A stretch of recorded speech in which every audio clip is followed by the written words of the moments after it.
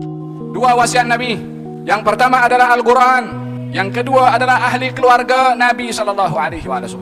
Aku ingatkan kamu ahli keluarga aku ingatkan kamu ahli keluarga aku ingatkan kamu ahli keluarga aku, kata Nabi. Ini sebelum Nabi wafat. Dalam riwayat yang lain dikatakan ini disampaikan ketika berada di padang Arafah. Apa pesanannya? Jaga dua. Hadis riwayat Sahih Muslim. Orang bila mana bercerita tentang ahli keluarga Nabi, orang akan tuduh, oh ini Syiah.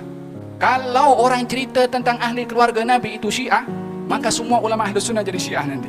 Imam Muslim jadi Syiah, Imam Bukhari jadi Syiah. Jangan menilai sesuatu daripada apa yang orang kata, tapi nilailah kalau sesuatu terkait dengan agama, rujuk kepada sumbernya itu agama. Sayyidina Abu Bakar Siddiq radhiyallahu anhu ardah mengatakan, urgubu Muhammadan fi ahli baiti. Jagalah hak Muhammad setelah wafatnya kepada ahli keluarganya. Bahagian daripada jaga hak Rasulullah adalah bila mana menjaga hak ahli keluarga Rasulullah. Kita tidak mau tertipu dengan adanya golongan yang selalu mengangkat bendera Ahlul Bait, Ahlul Bait, Ahlul Bait, tapi dia memperguna Ahlul Bait untuk kepentingan kelompok mereka sendiri. Lalu kita tertipu dengan kelompok ini, kita tak mau cerita Ahlul Bait atau segan nak cerita tentang Ahlul Bait. Atau kalau orang cerita Ahlul Bait, ini Syiah golongan si fulan yang suka cerita Ahlul Bait.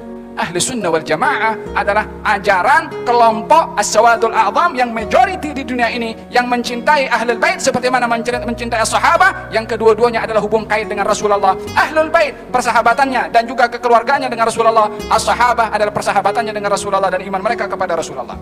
Bukankah dalam Al-Quranul Karim Allah berfirman, Muhammadun Rasulullah, Muhammad adalah Rasulnya Allah, walladzina ma'ahu, dan orang yang bersama dengan Rasulullah Muhammad. Kalau itu orang yang bersama dengan Rasulullah dan Muhammad di zaman Rasulullah, siapa yang bersama dengan Rasulullah waktu itu yang beriman kepada Nabi? Hanya dua golongan saja, tak ada yang lain yang beriman betul kepada Rasulullah di zaman Rasulullah, as-sahabah dan Ahlul Bait. Apa sikap mereka? Apa sifatnya ya Allah? Apa sifat mereka? Itu keluarga Nabi dan sahabat Nabi. Asyidda 'alal kuffar, ruhama'u bainahum. Tegas kepada orang-orang kafir, antara mereka saling kasih mengasihi. Antara mereka siapa? Antara sahabat dengan sahabat, antara Ahlul Bait dengan Ahlul Bait, antara Ahlul Bait dengan sahabat, ruhama'u bainahum, saling kasih mengasihi satu dengan yang lain. Yang menjadi saksi Ahlul Bait dan juga sahabat saling kasih mengasihi, Allah Subhanahu wa taala yang berfirman dalam Al-Qur'anul Karim. Kita dengar orang cerita tentang sejarah ini Ahlul Bait bergaduh dengan para sahabat, entah dalam kisah perang Siffin, perang Jamal, bla bla, panjang lebar kisah sejarah yang ceritakan.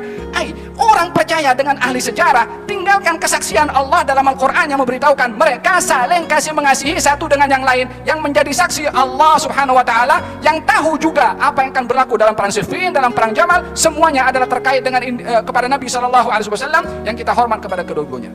Walihada mereka mengatakan, wa majara baina sahabi naskutu. Yang terjadi antara as-sahabah kita patut diam untuk tidak memberikan komen antara mereka, karena mereka ada hubung kait rapat dengan baginda Rasulullah SAW. Itu yang diajar oleh ahli sunnah untuk menyikapi kepada Ahlul Bait dan juga ahli keluarga Rasulullah.